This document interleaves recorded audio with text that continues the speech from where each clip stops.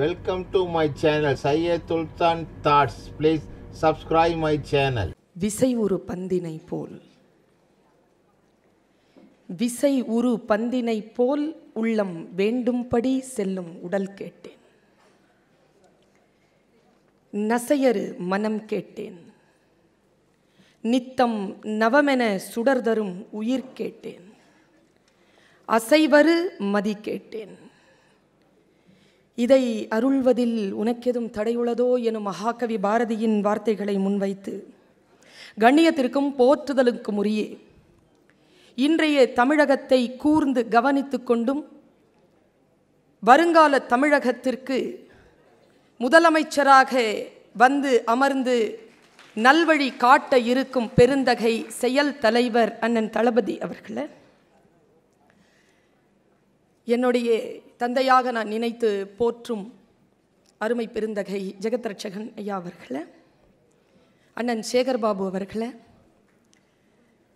சபையிலே இருக்கக்கூடிய மிகப்பெரிய முன்னணி பிரமுகர்களே, அமைச்சர் பெருமக்களே, அண்ணன் சுபவீர பாண்டியன் அவர்களே, மேடையில் எனக்கு இந்த வாய்ப்பை பேசுவதற்கான வாய்ப்பை ஏற்படுத்தி கொடுத்திருக்கக்கூடிய இந்த விழாவின் கதாநாயகி அண்ணியார் அவர்களே, என் அம்மாவிற்கும் பிறகு நான் பேரழகியாக பார்த்து ரசித்த தமிழச்சி தங்கப்பாண்டியன் அவர்களே, என் அருமை அக்கா கனிமொழி அவர்களே, அருமை அன்னை சாரதா நம்பி ஆரூரன் அவர்களே, ராணி அம்மா அவர்களே, இந்துமதி அம்மா அவர்களே, மனுஷபுத்திரன் அவர்களே, உங்கள் அத்துணை பேரையும் இந்த நல்ல நேரத்தில் வணங்கி மகிழ்கிறேன். அண்ணன் லியோனி அவர்கள் சபையிலே உட்கார்ந்து கைகொட்டி எல்லோரையும் பார்த்து ஆர்ப்பரித்து சிரித்து கொண்டிருக்கிறார்கள். அனைவரையும் மகிழ வைக்கக்கூடிய அண்ணன் லியோனி அவர்களே, குழுமி இருக்கக்கூடிய என் தமிழ் உறவுகளே, உங்கள் அத்துணை பேரையும் இந்த நல்ல நேரத்தில் வணங்கி மகிழ்கிறேன். நிறைய பேர் இந்த நூலை பற்றி பேசி அமர்ந்திருக்கிறார்கள்.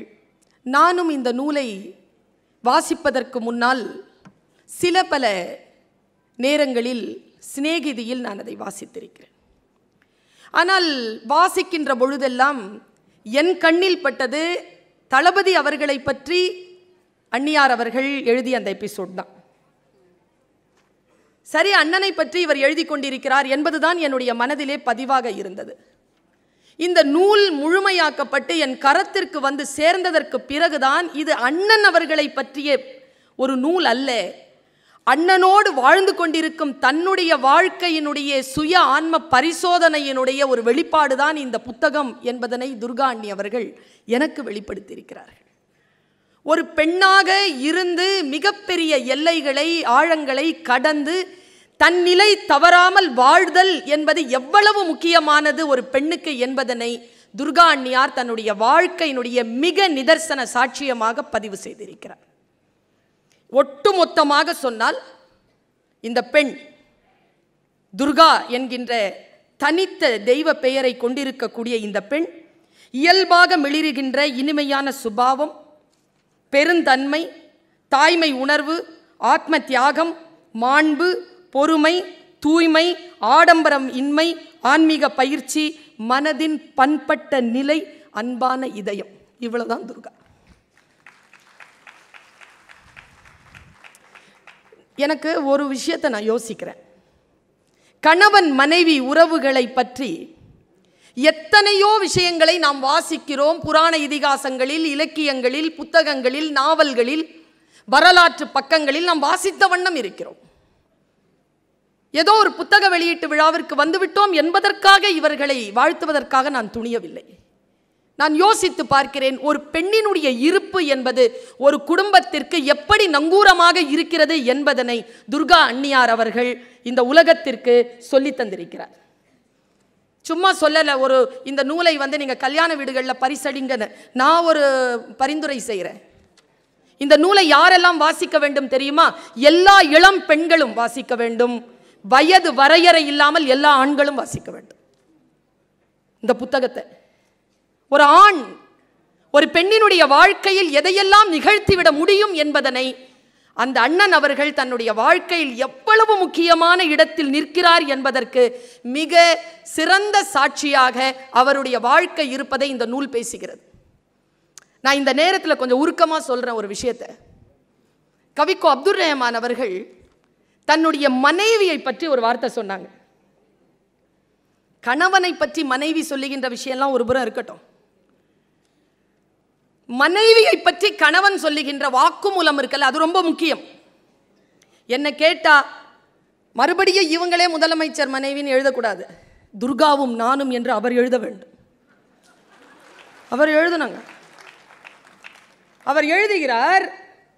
கவிக்கோ அப்துல் ரஹ்மான் உடைய மனைவியார் அவரோடு இல்லை.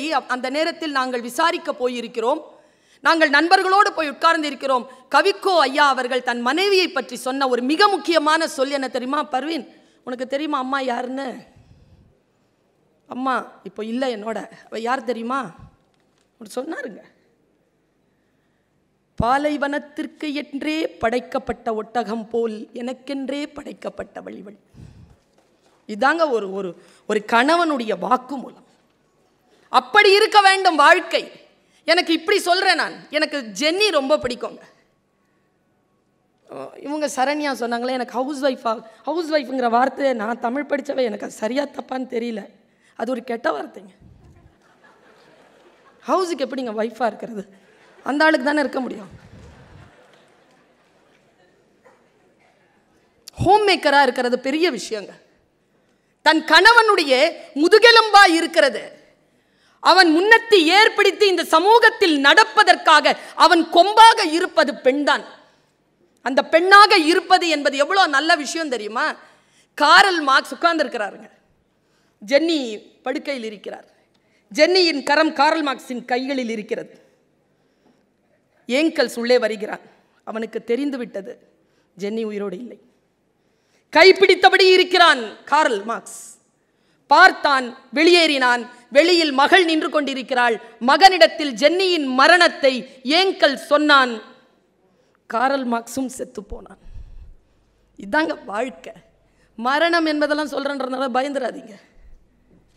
வாழ்க்கையினுடைய வினாடிகளினுடைய உண்மை என்பது பிறப்பிற்கும் இறப்பிற்கும் இடைப்பட்ட இடைவெளி அல்ல, மரணத்திற்கும் புகழுக்கும் இடைப்பட்ட இடைவெளி. அந்த வாழ்க்கையை ஆணும் பெண்ணும் வாழ்ந்து தெளிப்பதற்கான ரகசியங்களை சொல்லக்கூடிய நூல் நானும் அவரும் என்கின்ற இந்த நூலை வாசித்து வாசித்து ரொம்ப அழகா அன்னை சாரதா அவர்கள், சாரதா நம்பி ஆரூரன் அவர்கள் நம் தலைமுறைக்கு கிடைத்த பார்ப்பனர் அல்லாத ஒரு தமிழிசை குரல்.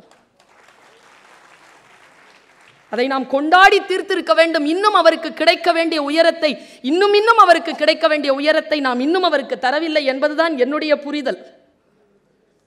அவர் ரொம்ப அழகா அந்த பாட்டு பாடினாங்கல்ல, அது கல்யாணம் ஆன புதுசுல பாடின பாட்டு அப்படின்னு நினைச்சா பையன் கல்யாணத்துலயுமா அதை பாடுவார், பொண்ணு கல்யாணத்தையும் பாடியிருக்கிறார். அது எனக்கு ஒரு நல்ல அந்த காட்சி அவங்க சொன்னாங்க, அதை ரொம்ப காட்சிப்படுத்தி நான் பார்த்தேன். இப்போல்லாம் அதெல்லாம் இல்லைங்க, பார்க்கவே இல்லையா அண்ணனை எப்படியாவது பார்த்துருன்னு ஜன்னல் பக்கமாக கொண்டு போய் நிறுத்தி வச்சாங்களா, அதோட நிறுத்திட்டாங்க அம்மா. அப்புறமா என்ன நடந்ததுன்னா ஜன்னலோட பார்த்துட்டாங்க, அவங்க பார்த்துட்டாங்க. அவர் ஃப்ரெண்ட்ஸோட சிரித்து பேசிகிட்டு இருக்கிறாரு. அவர் அந்த அம்மா எழுதுறாங்க, என்ன எழுத்துங்க அது, கபடம் இல்லாத எழுத்து, சூது இல்லாத வஞ்சகம் இல்லாத எழுத்து. அப்படி எழுதக்கூடியவர்கள் குறைவு. ரொம்ப அழகாக எழுதியிருக்காங்க. அவர் சொல்றார், அந்த சிரிப்பு எனக்கு பிடித்து போனது, இவர்தான் என் வாழ்க்கை துணை என்று நான் அறிந்த அந்த ஒரு வினாடியில் நான் அவர் பக்கத்தில் போய் நின்று கொண்டேன். அந்த முகம் பார்த்த அந்த ஒற்றை வினாடியை பதிவு செய்திருக்கிறார். எனக்கு என்ன ஆச்சரியம்னா 43 வருஷம் அம்மா கல்யாணமாய் ஒவ்வொரு நாள் விஷயத்தை ஞாபகம் வச்சு எழுதுறாங்கன்னா அந்த அம்மாக்கு இந்த குடும்பத்தை தவிர்த்து வேறு எந்த ஞாபகமும் இல்லைன்னு நினைக்கிறேன்.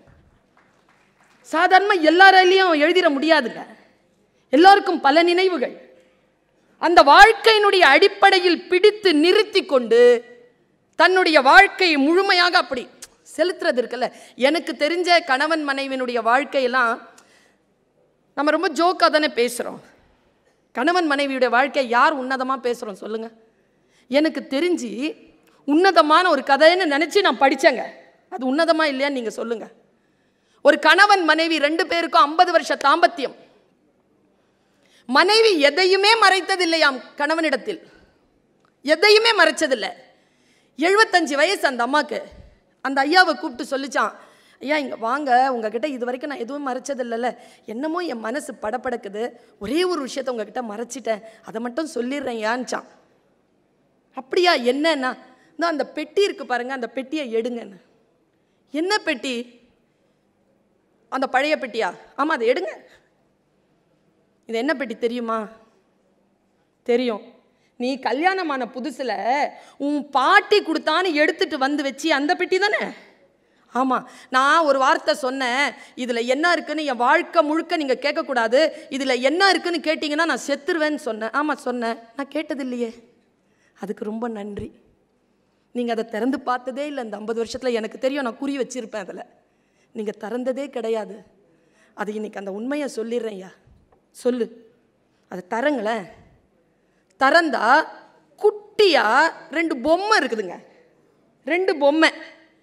அந்த ஆள் கேட்டாராம், என்னம்மா இது பொம்மை?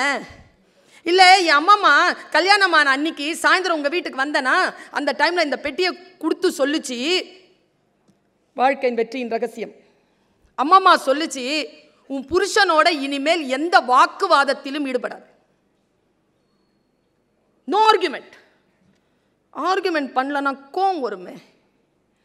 கோவம் வந்தால் நான் உனக்கு ஒரு பொம்மை செய்ய கற்றுக் கொடுக்குறேன், அது செஞ்சிரு, வேகமாக கோபம் தணிஞ்சிரும். நான் அப்படி செஞ்ச பொம்மை தாங்க அது. அப்படியாடா? 50 வருஷ வாழ்க்கையில் 2 பொம்மையா? இதே மாதிரி அவன் அந்த ஆளும் கைத்தட்டி சிரித்தான். பக்கத்தில் ஒரு பேக்கெட் இருக்குது, அதை எடுங்க. நான் எடுத்து அதில் 1 லட்சம் ரூபா பணம், நிறைய பொம்மை செஞ்சேன், விற்று காசாக்கி இருக்கிறேன், வச்சு பொழைச்சிக்கோங்கன்னுச்சான். நிறைய பேருக்கு வண்டி எப்படி ஓடிட்டு இருக்குன்னா, ஒருத்தங்க அமைதியாக இருக்கிறதுனால தான் ஓடிக்கிட்டு இருக்கு. ஒருத்தங்க அமைதியாக இருக்கணும். நீங்கள் நினச்சி பாருங்களேன், தன்னை தான் பார்க்க வராருன்னு சொல்லிட்டு சந்தோஷமாக ட்ரெயினில் உட்காந்துருக்கிற ஒரு பொண்ணுக்கிட்ட, ஐயா உன்னெல்லாம் பார்க்க வரல, நான் பாட்டுக்கு வேறு வழி இல்லாமல் வந்தேன்னு சொல்கிற புருஷனை ஒரு பொண்ணு என்னென்ன செய்வா? அப்போ செய்ய மாட்டா, 60 வருஷம் கழிச்சு செய்வா. ஆனால் அதையும் சிரித்த முகத்தோடு, பெரிய பொட்டு வச்சுக்கிறதெல்லாம் ரொம்ப கஷ்டங்க சின்ன பிள்ளைகளுக்கு, தன் கணவனுக்கு பிடிக்கும் என்பதற்காக செய்தாள் பாருங்க. தன்னுடைய ஆடை, தன்னுடைய உடை, தன்னுடைய விருப்பம், தன்னுடைய சோறு, தன்னுடைய எல்லாவற்றையும் ஒரு தாய், ஒரு மனைவியினுடைய உச்சபட்சமான ஆசை என்ன தெரியுமா? நான் அது சொல்றேன், எங்க அம்மா வச்சு நான் சொல்றேன், அது சரியான்னு சொல்லுங்க. நீங்களே எனக்கு அம்மா தான், சொல்லுங்க சரியான்னு சொல்லுங்க. ஒரு தாயினுடைய, ஒரு மனைவியினுடைய உச்சபட்சமான வேட்கை எது என்றால் காசு பணம்லாம் இல்லைங்க. உச்சபட்சமான வேட்கை என்ன தெரியுமா? ஆரோக்கியத்துடனும் ஆயுளோடும் இருக்கணும், அவ்வளோ. தன் பிள்ளையும் புருஷனும் உற்றார் உறவினர்களும் ஆரோக்கியத்துடனும் ஆயுளோடும் இருக்க வேண்டும் என்று ஒவ்வொரு வினாடியாக பிரார்த்தித்துக் கொண்டிருக்கக்கூடிய பெண் துர்கா, ஒவ்வொரு வினாடி. ஆனா ரொம்ப ஆச்சரியங்க எனக்கு, இங்க நிறைய பெண்கள் இருக்கிறோம், நம்முடைய குறைகளை நாம் வெளியில் சொல்லுவோமா? மேக்கப்பே எதுக்கு போடுறது? தெரியப்படாதுன்னு தானே. தன் குறைகளை மறைக்கக்கூடிய இந்த சமூகத்தில், இதோ இந்த தமிழகத்தினுடைய மூத்த குடியாக விளங்கக்கூடிய ஒரு குடும்பத்தில் நான் நிற்கிறேன். என் குடும்பத்தில் எந்த ஒளிவும் மறைவும் கிடையாது என்கின்ற நேர்மையோடு தனக்கு நேர்ந்த அவமானங்களையும் வலியையும் நோயையும் கூட வெளிச்சமாக எழுதக்கூடிய ஒரு கண்ணாடி தாளாகத்தான் இந்த நூலை துர்கா அவர்கள் எழுதியிருக்கிறார். வரும் காலம் வேறு எதையும் இந்த குடும்பத்தை பற்றி புனைந்து விடலாகாது என்கின்ற அந்த கருத்தில் இவர் நிற்கிறார். மீனாமுத்தை அம்மா இருக்காங்கல்ல, என்ன பேரழகு பெட்டவங்க, அழகு பாருங்க, எவ்வளோ பியூட்டிஃபுல்லாக இருக்காங்களே. இந்த மனுஷபுத்திரன் சார் மட்டும்தான் அதில் ஆண். இந்த பெண்கள்லாம் கொஞ்ச நேரம் அவர் அந்த பக்கம் தான் போயிருந்தார், மறுபடியும் வந்திருக்கார். அந்த பெண்களுடைய கூட்டத்தை அப்படி வச்சு ஆண்களாகிய இவர்கள் எல்லாம் அரசாளக்கூடிய, ஆட்சி நடத்தக்கூடிய அதிகாரம் படைத்த ஆண்கள் எல்லாம் பெண்களை அப்படி மேடையில் ஏற்றி வச்சு அழகு பார்க்கிற இந்த விஷயம் என்ன கேட்டா தமிழகத்தில், இந்தியாவில் வேற எந்த கட்சிக்கும் கிடையாது, வேற எந்த ஒரு சித்தாந்த அமைப்பிற்கும் கிடையாது. இந்த பெருந்தன்மை அப்படி உட்கார வச்சு பார்க்குறாங்க பாருங்க. இவரை ஏன் தெரியுமா இங்கே உட்காரலாம்? அவரு அதை பதிப்பிச்சவர் அவர் தான். எத்தனை பேருக்குங்க அந்த மனசு வரும்? எத்தனை பேருக்கு அந்த மனசு வரும்? அவருக்கு மனசு வந்திருக்கு. மீனா முத்தையா அம்மா ஒரு பாட்டு எழுதுனாங்க. அந்த பாட்டு படிச்சாங்க. பெண்மை உண்டு, அது ஃபர்ஸ்ட் வார்த்தை ஒன்று சொன்னாங்க, பெண்மை வாழ்க என்று கூத்திடுவோம். டக்குன்னு எனக்கு மனசுல அடிச்சுதுங்க.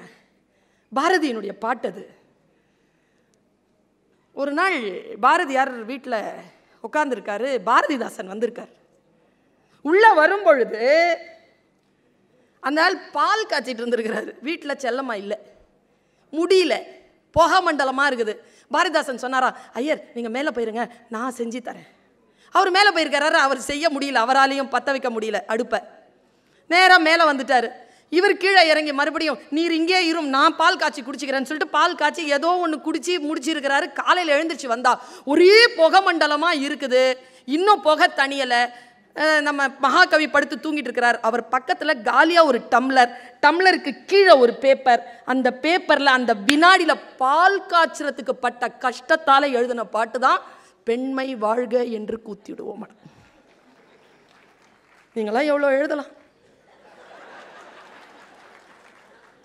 அதனால தான் சொல்கிறேன், அண்ணனே எழுதுங்கள், எழுதுங்கள். அதில் நக்கல் இருக்குது தெரியுமா அன்னைக்கு. நான் ஒன்று சொல்கிறேங்க, நான் இந்த புத்தகத்தில் அங்கங்கே தெரிப்புகளை தான் பேசுகிறேன், வாங்கி வாசித்து பாருங்கள். கையை பிடித்து கொண்டு ஒரு நூலுக்குள் அந்த வாழ்க்கைக்குள்ள வர, அது சரண்யாமா சொன்னது மிக இல்லை. இவங்களோடலாம் பழகியே இருக்க வேண்டாம். அந்த புத்தகத்தை படித்தால் அன்றாடம் அவர்களுடைய வாழ்க்கையில் பக்கத்தில் நின்று கொண்டு நீங்கள் சாட்சியாக நிற்கக்கூடியது போல் அந்த புத்தகத்தை படைத்திருக்கிறார். அது ரொம்ப முக்கியம் என்று நான் நினைக்கிறேன். ஒரு வாழ்க்கை வரலாறை எழுதுகின்ற பொழுது தனக்கும் தன் மருமகளுக்கும் இருக்கக்கூடிய ஒரு விஷயத்தை ஒரு மாமியார் இப்படி எழுதுவாங்களா? நம்ம தளபதி ஐயா இருக்கிறாரு, ஒரு மல்டி டேலண்டட் பர்சன்ங்க. அவருக்கு எழுத தெரியும், பாட தெரியும், நடிக்க தெரியும். Simple man. எனக்கு எங்க நான் ஆச்சரியப்படுறேன்னா, தமிழகத்துக்கு இவர் தாங்க தலைவராக வரணும். இவர் தான் தலைவராக வரணும். ஏன் தன் மனைவியின் முகம் போலெல்லாம் சென்ற தலைவர்களின் முகங்களை அமைக்கக்கூடியவர்கள் மத்தியில் ஏங்க வைத்தறிச்சலா இருக்குங்க யோசிச்சா. அந்த அம்மா போய் சிவபெருமான் கிட்ட சொன்னதா ஒரு மீம், ஒரு இது வந்தது ஒரு வாட்ஸ்அப்பில். அந்த சிவபெருமான் கிட்ட ஒரு போய் பாருங்க, அவங்க வைப் மாதிரிலாம் வச்சுக்கிட்டாங்க, போய் அவங்கள தண்டிங்க சிவபெருமான். நீ போவியா? ஒருத்தர் ஏன் சிலையை வைக்கிறேன்னு சொல்லிட்டு அவர் சிலையை வச்சுட்டு சுற்றுறாரு அப்படின்ட்டு அவர் எழுதுறாராம். விஷயம் தெரிஞ்சவங்களுக்கு புரியும். போலிகளும் தவறான வரலாறுகளை எழுதிவிட வேண்டும் என்று துடிக்கின்றவர்கள் மத்தியில் தனக்கு கிடைத்த ரொம்ப சீயமுடைய பிள்ளைங்க சாதாரண சின்ன சின்ன பதவிகள் கிடைத்தவுடன் மகிழ்ந்து போய் அதை பொறுப்பாக மாற்றிக்கொள்ளுகின்ற அந்த பதட்டமும் அந்த தன்மையை அவங்க எழுதும் பொழுது, இவ்வளவு நல்ல மனுஷனாயா நீ அப்படின்னு எங்களை சிந்திக்க வைத்தது உங்கள் துணைவியார். உங்களை மிக நெருக்கமாக உங்கள் நேர்மையை சொன்னது. நான் இளைஞரணி செயலாளராக அறிவிக்கப்பட்டிருக்கிறேன் என்று போன்ல சொல்லும் பொழுது அவங்க துள்ளி குதிக்கிறாரு. அவரு இந்த அம்மால அதுவும் ஒரு பொறுப்பு தானே, ஏன் இவ்வளோ கலாட்டா பண்றாரு இந்த ஆளு அப்படின்ற மாதிரி போன் ரிசீவ் பண்றாங்க. ஒரு குடும்பம் இப்படி இருக்குமாங்க? ஒரு சிஎம்முடைய குடும்பம் இப்படி இருக்குமா? அவ்வளவு சிம்பிளான. நான் ஒன்று சொல்றேங்க, இதை நான் டிஎம்கே கிடையாது, எதுக்கு ஓட்டு போடுவேன்லாம் நீங்க கேட்கக்கூடாது. உறுப்பினர் இல்லை நான், ஆனால் டிஎம்கே தான் உறுப்பினர். இவரை எதிர்க்கக்கூடியவர்கள் கூடங்க, இவரை எதிர்க்கக்கூடியவர்கள் கூட இவர்தான் முதலமைச்சராக வர வேண்டும் என்பதில் உள்ளத்திலே, ஆன்மாவிலே, உள்ளுக்குள்ளிருக்கும் சுய சிந்தனையிலே மாற்றமோ மறுப்போ சொல்லிவிட முடியாது. அத்தகைய வரலாறு இந்த புத்தகத்தை எடுத்து பாருங்க. மீசாவில் அவர் பட்ட துயரங்களை, அவரை எட்டி உதைக்கிறாங்க, கீழே சாய்கிறார், அவர் மேல சிட்டி பாபு விழுகிறார், சிட்டி பாபு எட்டி உதைக்கிறார்கள், கல்லீரல் நசிந்த அதே இடத்தில் சிட்டி பாபு இறக்கிறார். அந்த மரணம் யாருக்கு வேண்டுமானாலும் வந்து இருக்கலாம். இந்த ஓராண்டு சிறை தான் சொல்றாருங்க. இப்போ உதயநிதி ஏன் வந்து அவ்வளோ சாஃப்டா இருக்கிறாங்கன்னா அதுக்கு காரணம் அந்த அம்மாவுடைய வளர்ப்பு, வேற ஒன்றும் இல்லை. தந்தையை பார்க்கிறார். நல்லா நினச்சிக்கோங்க, நம்ம பிள்ளைகள் நம் சொல்லை கேட்டு வளர்வதில்லை, நம்மை பார்த்து தான் வளர்கிறார்கள். நம்மளை பார்க்குறாங்க. அவ்வளவு ஓராண்டு பட்ட அடி, கிடைத்த அவமானங்கள், இப்படி வளர்ந்து வந்த தலைவர் யாருனே தெரியாமலாம் வந்து உட்காரலிங்க, யாருனே தெரியலைங்க, வந்து உட்காந்துருக்காங்க. திடீர்னு சொல்றாங்க இவங்க தான் முதலமைச்சர்னு. எப்படி இருக்கும்? 6 மாசம் ஆச்சுங்க பேர் மனப்பாடம் பண்றதுக்கு. அவ்வளோ கஷ்டப்பட்டு இருக்கோம் நாங்கெல்லாம். நாங்கள் எதிர்பார்க்கிறோம். உங்களை வேறு விதமாக இவர் அடையாளம் கண்டிருக்கிறார், அடையாளம் தந்திருக்கிறார். அதற்காக இந்த புத்தகத்தை படிங்க, அவ்வளோதான் நான் சொல்லுவேன். படிங்க, படித்தா என்ன நடக்கும். இப்படி ஒன்று இருக்குதில்ல, ஒரு கூட்டத்துக்கு போய் நான் பேசிட்டு வரேன், அந்த 75 ரூபாய் கொடுத்துட்டு போங்கிறாங்க ஒரு ஐயா. ஏன்னா நீ பேசின நல்லா இருந்துச்சு, புக்கில் ஒன்றும் இல்லைன்ட்டான். ஆனால் நான் இங்கே பேசுறது 2 பக்கம் தான் பேசிகிட்டு இருக்கேன். 2 பக்கம் இவ்வளோ பேசுகிறேன்னா 800 பக்கம் படிச்சுக்கங்க. படித்தா என்ன நடக்கும்னு சொல்கிறேன். ஒருத்தன் சைக்கிளில் போய்கிட்டு இருக்கான். போய்கிட்டே இருக்கும்பொழுது போலீஸ் பிடிச்சிருச்சு. கூட்டிகிட்டு போய் உட்கார வச்சு காரணமே இல்லாமல் அடிக்கிறாங்க. அவனை அடி வாங்கிட்டு காலையில் எழுந்திருச்சு வீட்டுக்கு வரான். அவன் யாருன்னா கண்ணு மண்ணு தெரியாமல் மனைவி அடிக்கிறவன். அன்னிலிருந்து அவன் மனைவி அடிக்கிறது விட்டான். ஏன்னா காரணமே இல்லாமல் அடி வாங்குறதுனா என்னன்னு அவனுக்கு தெரிஞ்சு போச்சு. இப்படி ஒரு சிறுகதை. இந்த சிறுகதையை படித்தவன்னு வச்சுக்கோங்களேன், போலீஸில் அடி வாங்காமலேயே பொண்டாட்டி அடிக்கிறத விட்டுடலாமா இல்லையா? அதுதான் புத்தகம் செய்யும். அந்த வேலையைத்தான் இந்த புத்தகம் செய்ய போகிறது. நம் வாழ்க்கையில் நாம் எப்படியெல்லாம், இந்த அம்மாவுக்கு பேர் என்ன தெரியுமா? ஆபரேஷன் பெண்மணியா. இந்த உடலில் ஒரு 2 உயிர்களை தாங்கி 2 உயிர்களை மட்டும் இந்த உலகத்திற்கு கொடையாக தந்த தாய் அல்ல. அந்த உடலை கூறு கூறு போட்டு வெட்டி தள்ளுகின்ற அளவிலே பல நோய்களை எதிர்த்து நின்று இன்றைக்கும் ஆரோக்கியமாக வாழ்ந்து வரக்கூடிய ஒரு பெண். அது அவங்களே பதிவு செய்கிறாங்க. அவர் இருக்கிறாரு, இது ரொம்ப கஷ்டங்க. சாப்பாடு பரிமாறுறது எவ்வளோ கஷ்டம் தெரியுமா? உம்முன்னு சாப்பிடுவாங்க, பார்த்துருக்கீங்களா? பாராட்டவே மாட்டாங்க. அது பார்த்து பார்த்து பரிமாறுறது. இந்த தளபதி அண்ணன் நமக்கெல்லாம் எவ்வளோ நல்லவர். இந்த சாப்பாடு டேபிளில் உட்காந்தாருன்னா எண்ணெய் மிதந்தா சாப்பிட மாட்டாராங்க. ஏங்க ரசத்தில் எண்ணெய் மிதக்காமல் எப்படிங்க ரசம் வைக்கிறது? காய்கறியை எப்படிங்க பொரிக்கிறது? அவங்க அம்மா சொல்கிறாங்க, ஒரு வேளை சமைக்கிற எண்ணெய் இருக்குல்ல எல்லார் வீட்லேயும், அதை நான் என் குடும்பத்திற்கு 1 மாதத்திற்கு பயன்படுத்தி சமைக்கிறேன். எண்ணெய் மிதந்தா அப்படி வெளியில் அள்ளி எடுத்து அப்படி கொட்டிட்டு அப்புறமா தான் பரிமாறுவாங்களாம். என்ன ஒரு தாய்மைங்க, என்ன ஒரு தாய்மை இது. அப்படி எழுதிட்டு சொல்கிறாரு, இவ்வளோ பார்த்து பார்த்து செஞ்சோம், இவருக்கு எப்படி கொலஸ்ட்ரால் வந்ததுன்னு தெரில அப்படிங்கிறாங்க. கீழே எழுதுறாங்க, அதையும் எழுதுறாங்க. ஆக எந்த நோயும் தன்னுடைய குடும்பத்தை அண்டிவிடக்கூடாது என்பதற்காக பார்த்து பார்த்து எல்லாவற்றையும் செய்து வைத்த இந்த பெண் தளபதி அவர்களுக்கு கிடைத்த வரம். என்ன ஆசீர்வாதம் தெரியுமா ஐயா? தலைவருக்கு கிடைச்ச ஆசீர்வாதம் ஐயா. தலைவருடைய பிள்ளைக்கு வாழ்க்கை சரியா அமையணும், இந்த தமிழகத்திற்கு ஒரு தலைவன் கிடைக்க வேண்டும் என்பதற்காக இயற்கை செய்த அற்புதமான தவ வேள்வியில் கிடைத்த வரம் துர்கா. அப்படி இனிமேல் இந்த பாட்டு பாடுறீங்களா? இனிமேல் இந்த லவ் சாங்லாம் இல்லை. இனிமேல் என்னன்னா 60 ஆயிடுச்சுல, இனிமேல் என்ன சாங்னா, உன்னை கரம் பிடித்தேன் வாழ்க்கை ஒளிமயமானதடி, பொன்னை மணந்ததனால் சபையில் புகழும் கூடுதடி, காலச்சுமை தாங்கி போலே மார்பில் என்னை தாங்கி வீழும் கண்ணீர் துடைப்பாய், அதில் என் விம்மல் தனியுமடி. ஆலம்பிழுதுகள் போல் உறவு 1000 இருந்தும் என்ன, வேறென நீ இருந்தாய் அதில் விழுந்து விடாது இருந்தேன் என்று பாடுங்கள். இன்னும் 100 ஆண்டுகள் 2 பேரும் சேர்ந்து அந்த குடும்பம் என்கின்ற கட்டமைப்பை எழுப்பி எழுப்பி எழுப்பி எங்களுக்கு வழிகாட்டுங்கள் என்று சொல்லி வாய்ப்பளித்தமைக்கு நன்றி பாராட்டி விடைபெறுகிறேன். நன்றி, வணக்கம்.